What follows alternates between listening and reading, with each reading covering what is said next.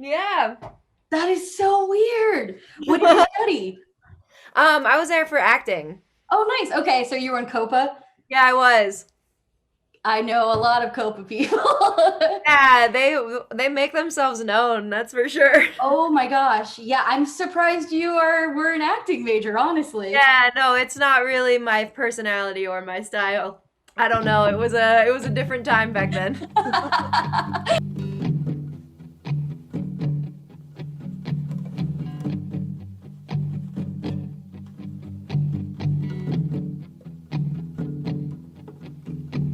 Your mouth in the morning tastes like cigarettes. It's a little bit unnerving, but it's still the best, and I am haunted. You're not from Pittsburgh, are you? Yeah, I am.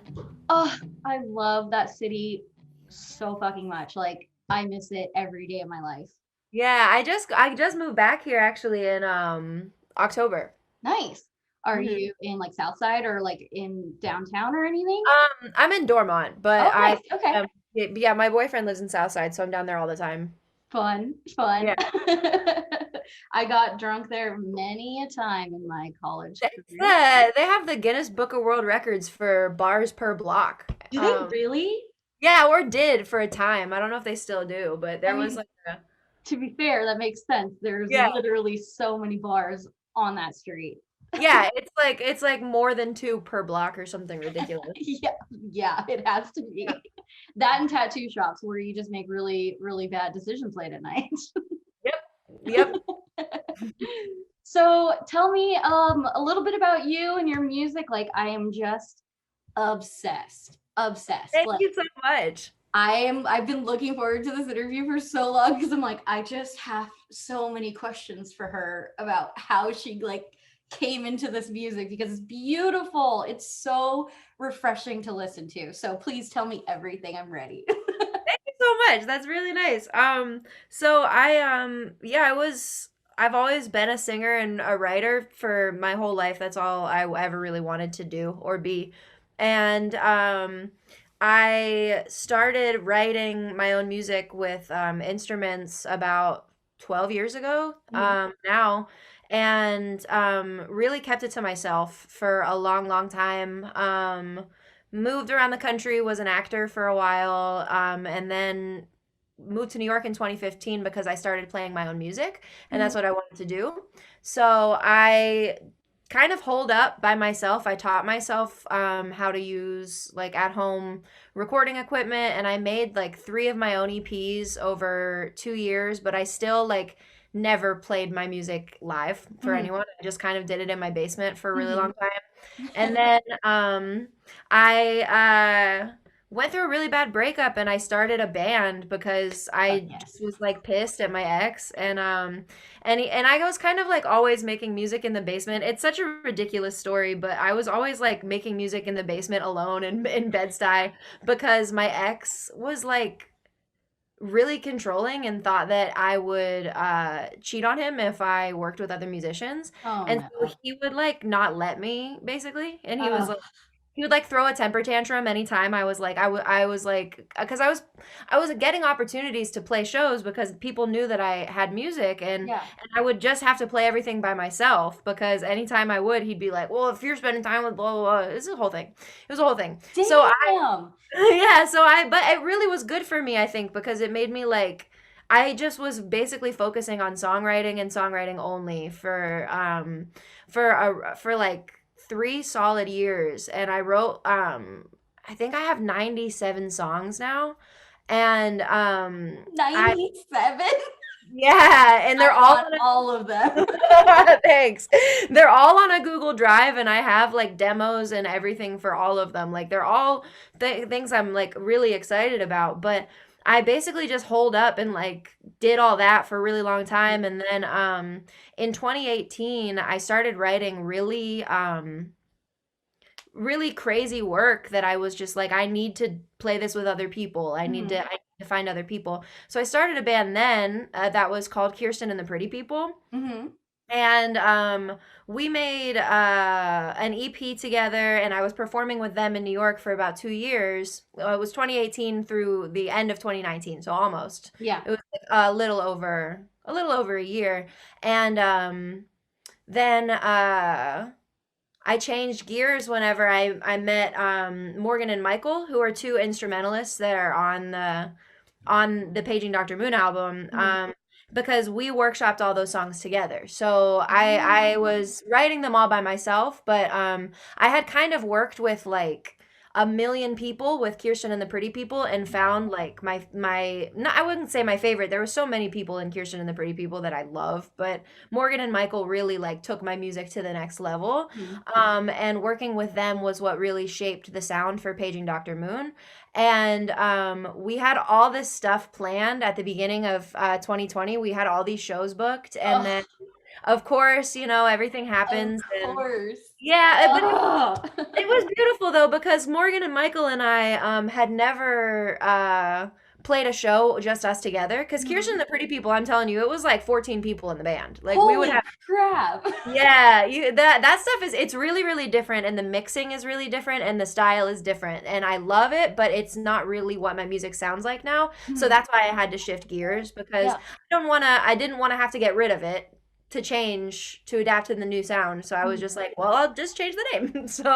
Um it was Morgan and Michael and I on New Year's Day of 2020, and we played a show, and it was the most fun. Like it was at this place in Brooklyn called the Tiny Cupboard, and it was the smallest venue in New York, basically. And it was like packed room of like 30 people in the hallway, basically. That's And amazing though. it was super fun. Oh, And then Morgan, Michael, and I worked together every week until the shutdown happened, and we when the shutdown happened, we were just like I was like we got to record, like this is the yeah. time that we have to do this, and I basically planned it all that day. The day on it was Michael's birthday. It was St. Patrick's Day. It was the day it was like the shutdown. The Yep. shutdown day, we put everything on a whiteboard in his room, and I was like, these are the songs that we're working on. We took a vote on which ones were like the most important out Yeah. of them, and we like we figured it out, and we I basically spent the rest of the year like working towards like the parts and finding the right way to record it and the right method and everything, and that's how we spent quarantine. That's crazy though, because your music sounds so professionally like mixed and mastered. Like you well did an well incredible job for it hey, well being like your first foray into that's this. not mine. That's not Okay, okay. that was who we found. So Okay, okay. I was that like, was oh who we my found. Yeah, god. no. That's not us. That was the key. We found Julian. We found Uh, so Morgan, Michael, and I worked on it on our own time until we started recording. Is how I Gotcha. should have worded that, because I would never take credit. Oh my gosh! So Julian, this was another thing that would have never happened without quarantine. Yeah. My friend Julian Giamo, I met him because he used to be in Kirsten and the Pretty People a couple Mhm. times. He played a few shows with me. He played guitar, but he was always like, I'm an engineer and I'm a producer. Like, let's make something. And Yeah. I was working with other people at the time, and I had an entirely different setup. Basically, I was doing like live recording of like 14 instruments at a time, and I knew that Julian was more like a studio, like he's more of a studio producer, and that was Right. kind of just not what we were doing. And Mhm. I was like, of course he was my friend, and he was like, we were always at the same, and I would go to his band shows, and we were in the same group of friends, and just didn't have the right opportunity to work with him yet. Mhm. And then basically one of my other songs, I wasn't happy with the mix. I sent it to him, and he like made some adjustments, and I was like, okay, now you're my guy forever. Like, so I choose you forever. well, yeah. Well, so he called me at the beginning of quarantine and was like, "Guess where I live now?" And it was he moved out of his Washington Heights apartment. I don't need to tell his whole life story, but he moved from his apartment up into this cabin at Bethel Woods in upstate New York. And Damn. he moved to this like cabin, and basically we hopped on a call with him a couple days later after he told me that, and we scheduled it for like months in advance that we would Yeah. be up there for a week to do 5 songs was the plan. And we got up there and we did 5 songs, and Julian did the production. So Morgan is the drummer, Michael's a guitarist, and I'm just singing on the album. I didn't play anything. But I write all the songs on guitar Mhm. and I write the chord structure. But we got up there, we recorded the first 5, and Julian filled in the production for the rest of it. And then we were like, well, we have to do 4 more. I mean, might as well. We're here. Well, we scheduled it again. We pushed Oh it my another cut. god. We were like, I was just kind of like, I was mouth to the floor. We were only going to do an EP. I was like, because it's the first project, and Yeah. I was just like, we have to. This is No, the you absolutely have to. Always choose that. yeah. Always choose that. Yeah. So that's how it happened is Julian just kind of invited us up into his beautiful home, and we were able to stay there with him for a week, and he and I sat at that computer for 12 hours a day, Yes. and he played every extra instrument. It was like he was basically our keys player and our bass player. And then did the production, the mixing and mastering. So That's Julian Giammo incredible. is really he was the He's key. like Without, Bonnie Varing, like up in the woods of just yep, like, I'm gonna isolate. This is how I'm gonna do it. And then, oh my gosh, like when I heard that song, I can't tell you like how, like the wave that washed over me. And I was like, what is this beautiful music? thank you. Because it's, I think because it's so genre bending that it adds this weird like freshness to like indie music that I think we're lacking nowadays. I think there's so many people who just, make electric sounds, the electronic sound. It's easy to kind of add it to layer, but your music is so jazz. It's so like Hey. clean. It's like actual talent, like in Wow. playing instruments. Like that's how much I adore you. Like Thank you. That's so nice. I really yeah. appreciate like I'm very new to this, so I really appreciate it. Which blows my mind. I think you did this in a past life. I think you might have been David Bowie, or I don't know, someone. You might have been someone dope. Because I can't. Like, I could sit here and talk about how much I love your music nonstop. Thank you. Did you get a chance to listen to the other 2? Yeah, I was just listening, and oh, girl, Ah, you win. You win. You win. You win.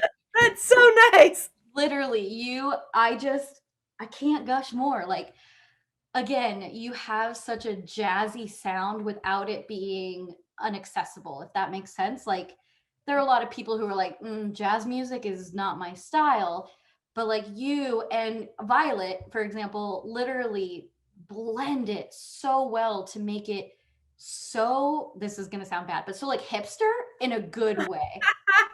You're like jazz hipster. Yeah, yeah, totally. Julian actually worked on Violet's song too. Yeah, yeah, I remember her talking about him. Yeah, same guy. Yeah, that's it. Just it is that kind of your vibe? Is that how you want to like be? Is kind of more jazzy or like new soul, or are you really just like, fuck it, let's do whatever sounds good?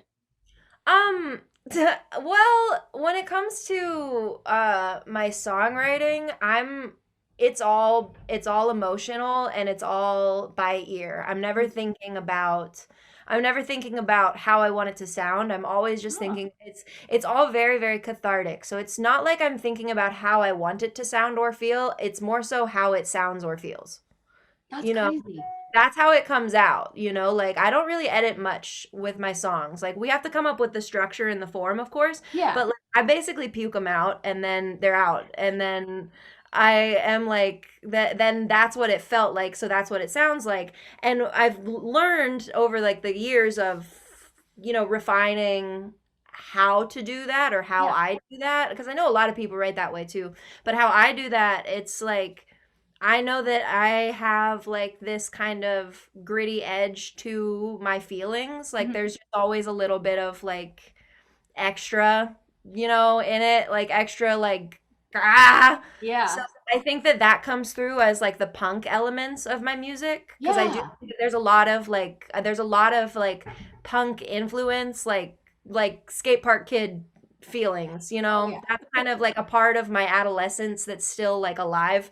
And I then the understand other completely. yeah, and then the like Riot Kid, like Oh yeah, all it the was time. trouble, always in trouble. Like, Oh and yeah. then the other side of it is that I was classically trained and I was raised in opera. Oh, So my okay. my voice and the way that I learned to sing is very classical. Like I was literally raised like singing with symphonies.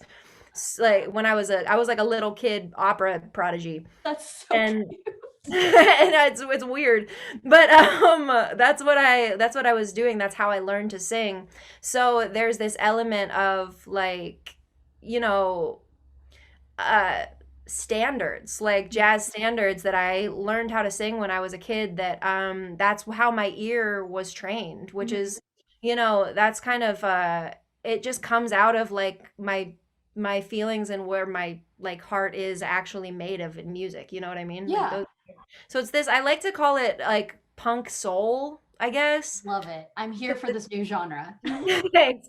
Because it's kind of like, and I'm working on some stuff now actually. Like I'm really, really psyched about this album off, like obviously, and like Yeah. Morgan, Michael, and Julian like unlocked this level of like creativity in my songwriting.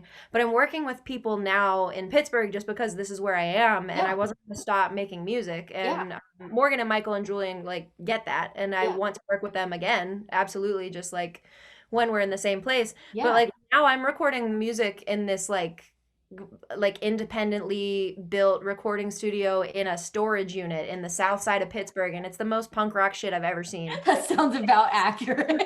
Like it's like we'll have to wait. Like we were doing like a demo recording and they had to like gain stage the metal drums coming from the next room because there's just a guy like You're like, it's so sir, funny. can you? Right. But it's kind of evolving in that way, so I'm excited to take it more. I think that like especially with White Knight and we have another song called Yeah. Dumpster Fire that really goes in that direction. I think with those it's kind of getting into that really high energy kind of like rock music, which is Mhm. where I've always wanted to go to, and I Yeah. think that this album is like starting the way towards that. Yeah. I really like the rhythm changes that you have. Like that is, if I could describe what I love about music, it's when people rhythm change in the middle of a song. And you do it so well. Thank you. Like it comes as a surprise, but at the same time it helps the song along so you're not like kind of bored of the same, repetition kind of thing. And not a lot of people do that. So is that like another jazz? I mean, it's not really an opera thing, but It's a feeling thing. feeling thing, that's so It's a cool feeling though. thing. Like this is kind of silly and like I don't know if I should be telling people this, but I was the way I wrote Lost My Body, the song Yeah. is because it's also the album title, but the way I wrote the song Lost My Body was that I was like I had strep throat and I was on prescription cough syrup. So I was like robo tripping Yeah. as an adult, Yes. I The best. was I was like accidentally robo tripping because I had strep throat and I just went with it and then the next day I was like, how do Like that I was good.